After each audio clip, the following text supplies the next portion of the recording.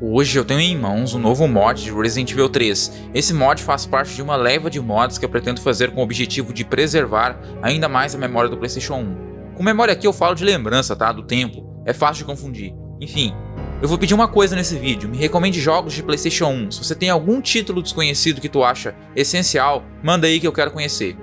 Em resumo, eu fiz esse mod para a versão de 1999, lançada para o PlayStation 1. E este mod foi escrito em C, de forma semelhante ao meu mod Infernal Castle do Castlevania.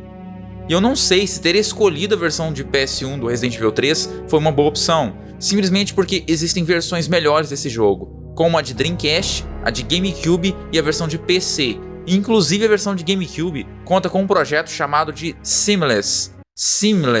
Nossa, é difícil falar isso. O A aqui não tem som, né? É lamentável.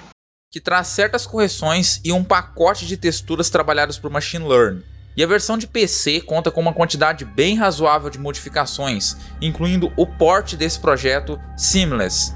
Mas, voltando ao meu mod, o que ele faz é adicionar dois modos extras nesse jogo.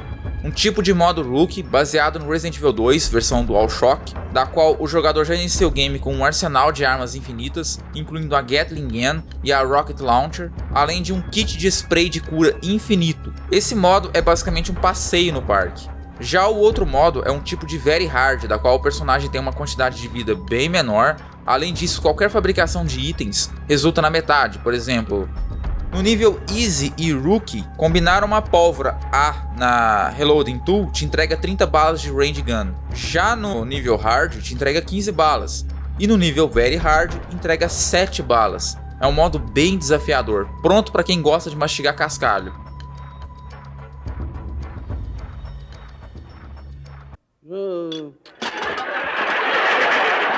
Eu incluí esses modos diretamente no menu de New Game. Apertando para cima e para baixo, as cores das opções de dificuldade mudam, revelando esses dois modos extras. Só lembrando que ainda é possível jogar o game sem nenhuma modificação.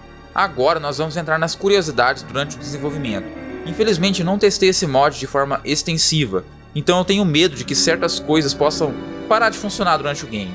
Se você quiser se voluntariar para me ajudar a descobrir bugs causados por esse mod, eu agradeço bastante.